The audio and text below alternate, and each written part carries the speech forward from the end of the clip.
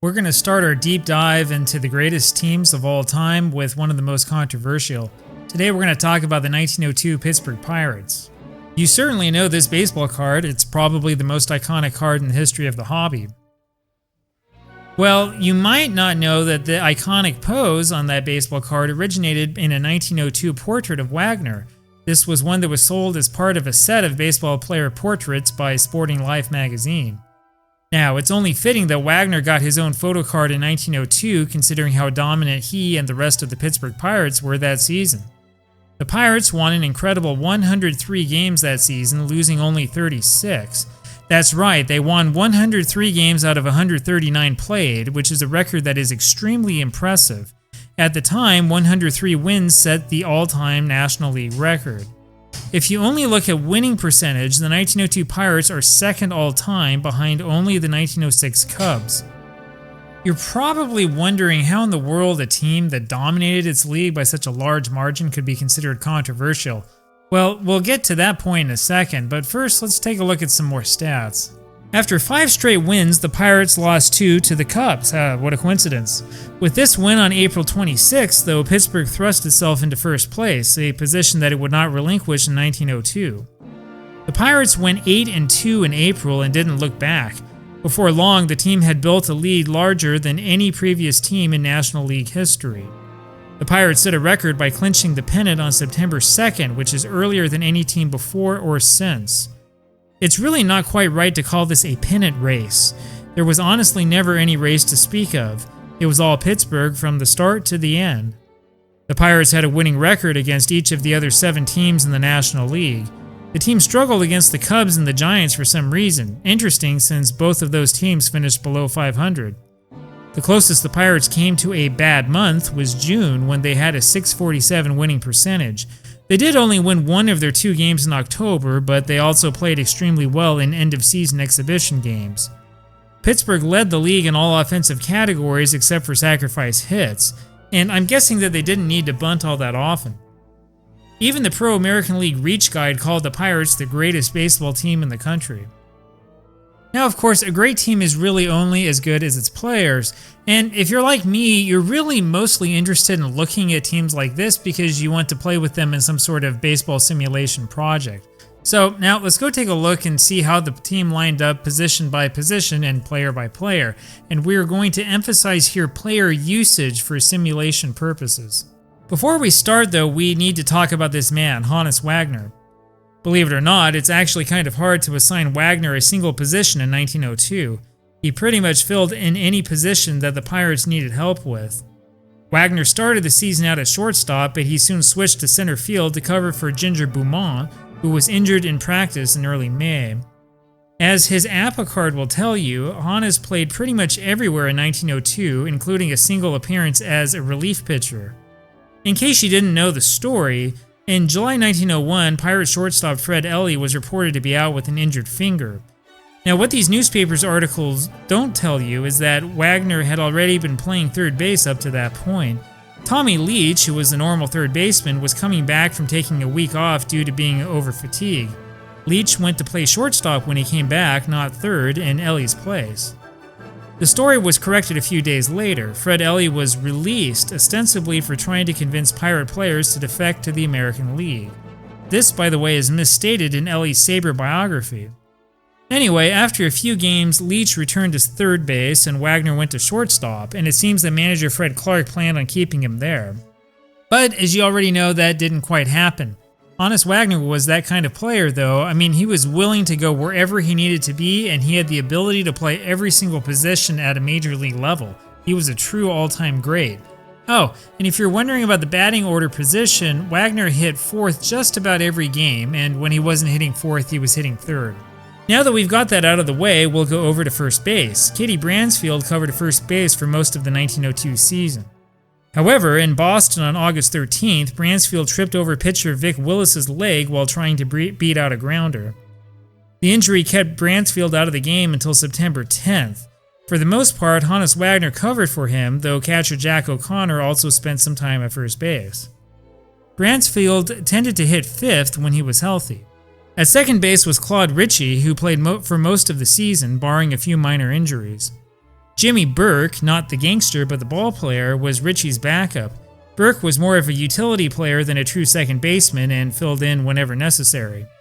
Richie and Burke usually hit in the 6th spot in the batting order. And that brings us to shortstop, and really that's where this gets kind of interesting. Now, as I mentioned before, Hannes Wagner was the Pirates' shortstop after Fred Ely was released in 1901. He started out at shortstop in 1902, but then his backup ended up defaulting into the job. The Pirates signed Wade Conroy from the 1901 Milwaukee Brewers as a backup shortstop. Conroy was one of 2 young players that the Pirates managed to get from the American League that offseason. The other was young catcher Harry Smith, who we'll talk about in a second. Conroy's first chance came on May 1st when he was a late-inning substitute for Clark in left field. When Ginger Beaumont was injured on May 2nd, Conroy started at short and Wagner went out to center field. Now, that really should strike you as a strange decision, especially when you consider what Wagner's reputation as a defensive shortstop has been over the years. Anyway, for whatever reason, it seems that Clark preferred to have Conroy at short for defensive purposes instead of sticking him in the outfield, and really that pattern held for the rest of the season. The pattern is pretty clear when you take a step back. When the outfield was healthy, Wagner played at short and Conroy was on the bench. If a starting outfielder was out, however, Wagner generally covered their position and Conroy came in to play short, with really only one exception. After right fielder Lefty Davis broke his leg in late June, Wagner played the outfield regularly and Conroy became the default shortstop. But of course it wasn't quite that simple. Conroy got into a fistfight with Joe Tinker of the Cubs on June 23rd. Both players were ejected and an investigation was started. It turns out that Conroy made Tinker mad when he grabbed him as he ran past second base, even though there was no play at second. Tinker reported that Conroy had done the same thing the game earlier and that he lost control and started to fight back. In the end, Conroy was suspended for 20 days and Wagner covered short in his place. Yeah, I mean, as you can imagine, if you're playing with this team in a project and you're trying to get all of this stuff in, it can be kind of tricky to make it work. But, I mean, this is the way that it happened. Conroy, by the way, tended to bat 7th. Now at third base was Tommy Leach, who led the National League in home runs that year with 6. Leach was injured on July 21st after slipping on the grass and missed a week. Jimmy Burke covered his spot at third since Wagner was covering right field for the injured Lefty Davis. Leach was mostly healthy for the rest of the season, only missing a game here and there. He tended to bat third, though sometimes he and Conroy traded spots in the lineup. And then comes the outfield. Player manager Fred Clark was a mainstay in left field, though he missed more games than you might expect. For example, he missed 2 games in early May with a split finger. It was actually pretty common for Clark to take a few days off during the season, especially later on when the pennant had already been clinched. On May 15th, Clark got into a nasty fistfight with Fred Tenney of Boston and was suspended for 2 weeks as a result. Apparently, Clark stepped on Tenney's foot at first base during a close play. Clark was called safe, which made Tenney agitated, and Clark then told Tenney that he stepped on his foot on purpose, which is what started the fight. Because of this, Wagner shifted over to left field for a while, which again gave Conroy more chances at shortstop. Every now and then, pitcher Jesse Tannehill filled in as an outfielder, presumably because there weren't enough available bench players. For example, when Clark missed a train before the July 22nd game, Tannehill found himself playing left field. And then there was George Merritt, who was a pitcher for the Pirates in 1901 with a handful of appearances. He played for Rooster in the Eastern League for almost all of 1902. He came up in late September to make 2 starts in left field for the Pirates. Merritt is an interesting case. He was with the Pirates at the beginning of the season, and he probably went to Massachusetts sometime in late May, but it's kind of hard to figure out. Now, actually, there was a real interesting pipeline between Pittsburgh and Rooster that season, which really makes me think that there was some sort of secret farm team relationship between the 2 clubs. But sadly, all we can do now is speculate since stuff like that really wasn't recorded. Clark usually penciled himself into the number 2 spot in the lineup, though he also hit leadoff from time to time. Center field was covered mostly by Ginger Beaumont, who tended to hit first, second, or third in the lineup depending on the circumstances. Again, when Beaumont went down in early May for a week or so, Wagner took his place and Conroy played shortstop. Beaumont was healthy for most of the season otherwise. And that leaves us with Lefty Davis, who was the Pirates' young right fielder and leadoff hitter at the start of the season. Davis was given 3 days off in late June in hopes of improving his batting average, and Honus Wagner, of course, is the one who covered for him in right field. But then on July 11th, Davis broke his leg stealing second, which put him out for the rest of the season. Interestingly, the Pirates released Davis on September 23rd, or maybe even a little bit before then. In theory, this is because he wasn't healing up fast enough. Now, in reality, I think it's likely that Davis had been approached by somebody in the American League while he was injured. There was a lot of paranoia at that time, and the Pirates were more than happy to release any player who they thought might subvert the organization, no matter how good they were on the field. Davis wound up with the New York Highlanders in 1903, along with a number of other Pirates. That's why these pictures of him are all in New York uniforms. Honus Wagner covered for Davis in right field, which is the reason why Wagner had so many outfield starts in 1902. Now, Wagner was suspended for 3 days starting July 24th, which did create a bit of a problem. It turns out that Wagner had been ordered to leave a game on July 23rd and had refused, which is what prompted the suspension. Jesse Tannehill covered right field for him during his suspension. Eventually, the Pirates signed Fred Crolius, who had played for the Boston Braves in 1901. Crolius was supposed to be the new right fielder, and he was such a big name that this article was placed on the front page of the Pittsburgh Press. It turns out that Crolius had been a star with an 1898 Dartmouth football team, which is apparently where his fame came from. However, Crolius stopped playing with the Pirates at the end of August. He instead started to coach the Allegheny Athletic Association college football team. Now, Crolius is interesting for another reason. Years later, he was suspended by the Toronto Minor League Club in 1906 for taking a $150 bonus at the start of the season and then signing with another team. His Wikipedia page references this Sporting Life listing, which explains that he was ineligible, but it doesn't explain the reason. Anyway, he never played professional baseball again, though he did coach at the college level. On September 1st, the Pirates signed Jimmy Sebring, a 20-year-old outfielder who had been with, you guessed it, Rooster. Now, you should know that there was some controversy over whether Sebring would actually show up. The Detroit Tigers were going after him as well, apparently, but Sebring chose the Pirates in the end. Sebring's first start for the Pirates came on September 8th, and he covered right field from that point forward, batting .325 through the end of the season. The only other outfielder to mention is Bill Miller, who had a single appearance for the Pirates on August 23rd against Brooklyn. Even though Miller went 1 for 5, his fielding in right field was so bad that the Pirates decided against giving him a contract. Now remember, this was back in the old days, back when teams would give players so-called trial contracts before deciding to sign them full-time. Now, those of you who follow sabermetrics will be interested to know as well that managers even back in 1902 did pay attention to outfield fielding. Miller's poor fielding led to numerous hits for Brooklyn, at least according to the newspaper articles, and that's the reason why he wasn't invited back to play with the team again.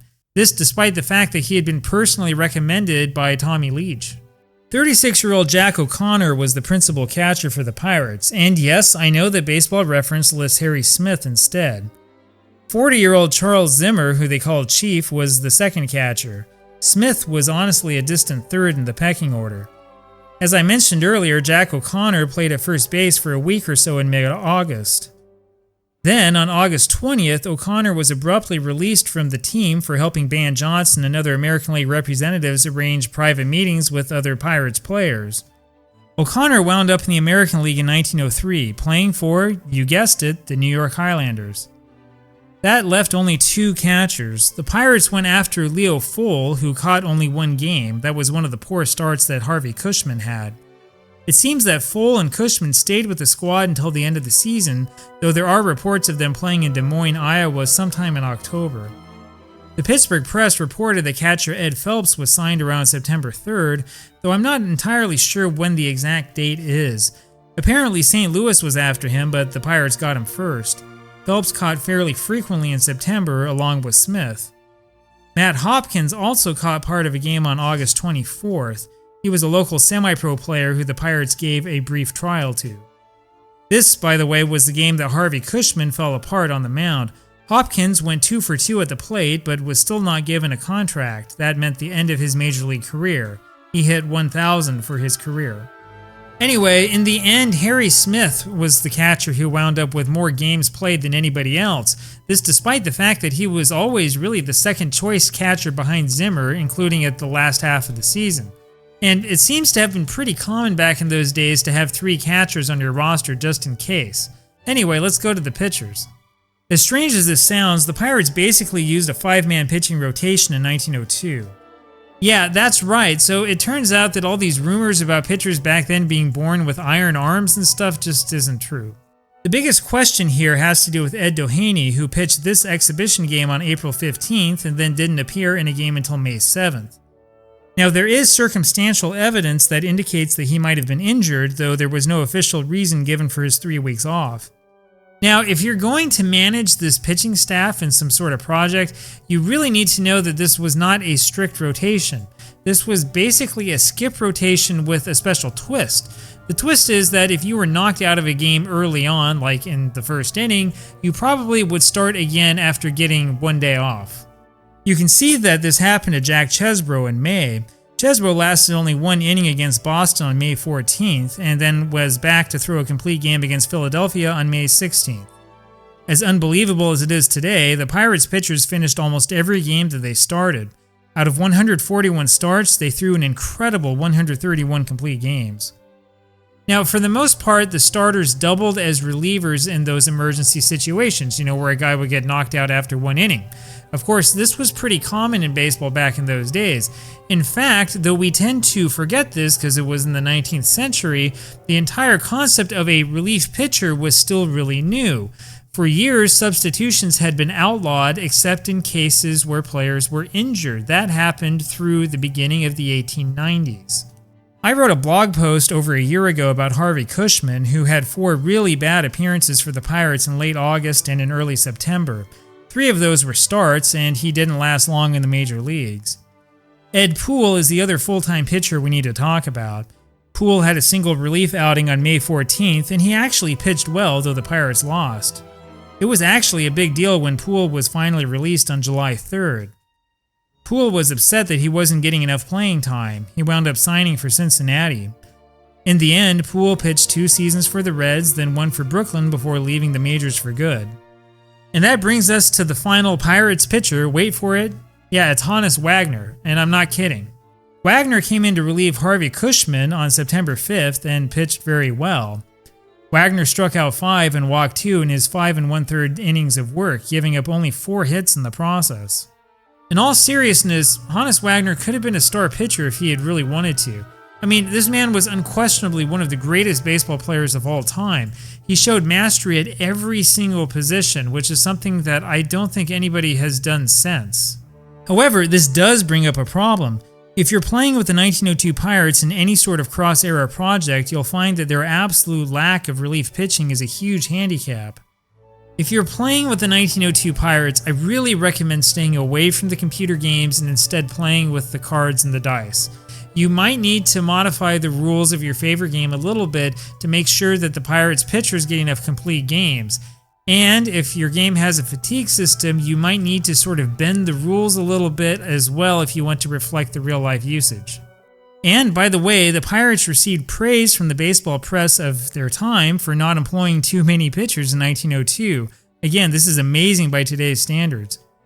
And now comes the big question. Are the 1902 Pirates really one of the best teams of all time? I plan on asking these questions, by the way, about every single team we're going to cover in this Greatest Teams project. I want to start with the argument against the Pirates. That is, the argument that they do not belong in the Greatest Teams discussion. If you look at the 1902 National League leaders, you'll notice something. The Pirates led in every category that matters. Of course, this is because the American League had stripped the National League of most of its best players before 1902 began. The Pirates were great in large part because the league was very poor. Yeah, the argument goes on from there. With no World Series in 1902, we just simply don't know how well the Pirates would have fared against American League competition.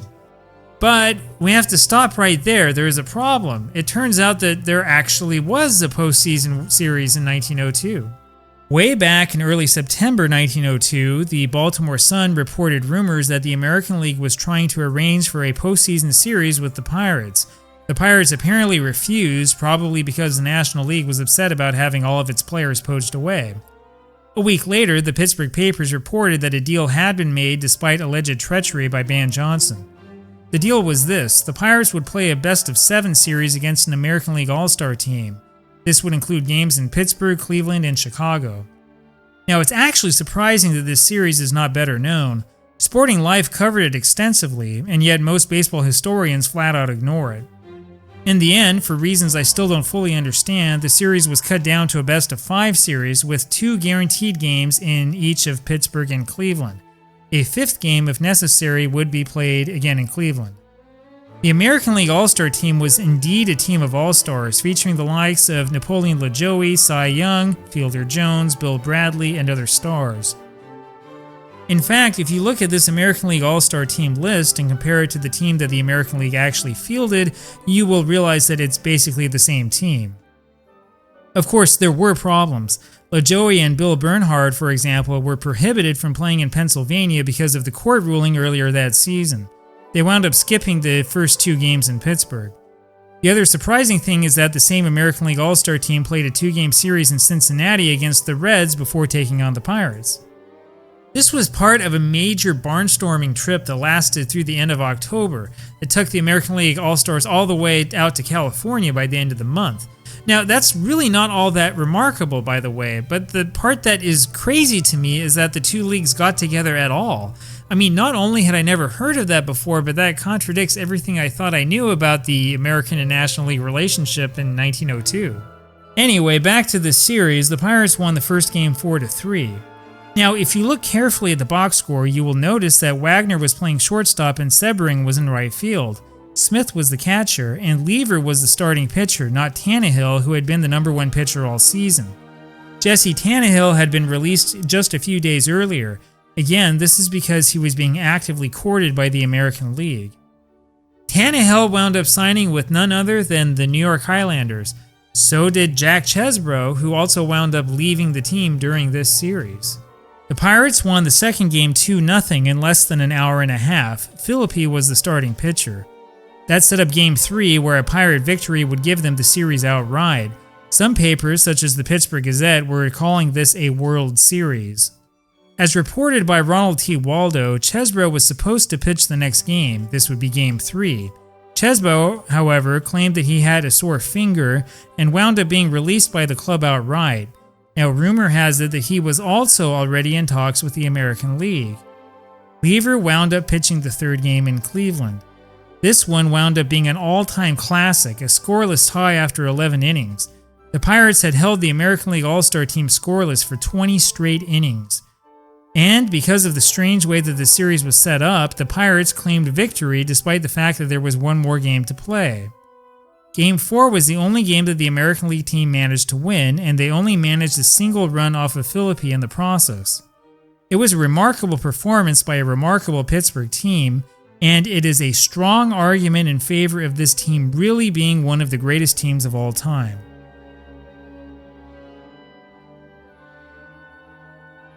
In fact, if you look really closely at those box scores, you'll realize that the Pirates used a grand total of 11 players for the entire 4-game series. That included a total of 2 pitchers and 2 catchers, as well as 1 player for every other position. And this was not by design, of course. They had to do that after so many players had left. Well, that's one argument in favor of this being one of the greatest teams of all time. The other argument is to point out that the 1901 and 1903 Pirates were also dominant. Though the 1901 Pirates were not as overwhelming as the 1902 team, they also won the National League by a comfortable margin. The 1903 team was missing several key players, but still managed to win the pennant, losing the World Series in 8 games to Boston. And then there's the 1900 team, which actually came close to beating out Brooklyn in late September. We tend to forget about that one. By 1904, the magic had died off, though the Pirates still managed another great team in 1909. But, that's a story for another day. Well, there you have it, the 1902 Pirates. Now, despite the controversy over the weakness of the National League, when we take everything into account, I really think that this team has a good chance to be considered one of the greatest teams in baseball history. But what I think doesn't matter that much. What's important is, what do you think? Let me know down below.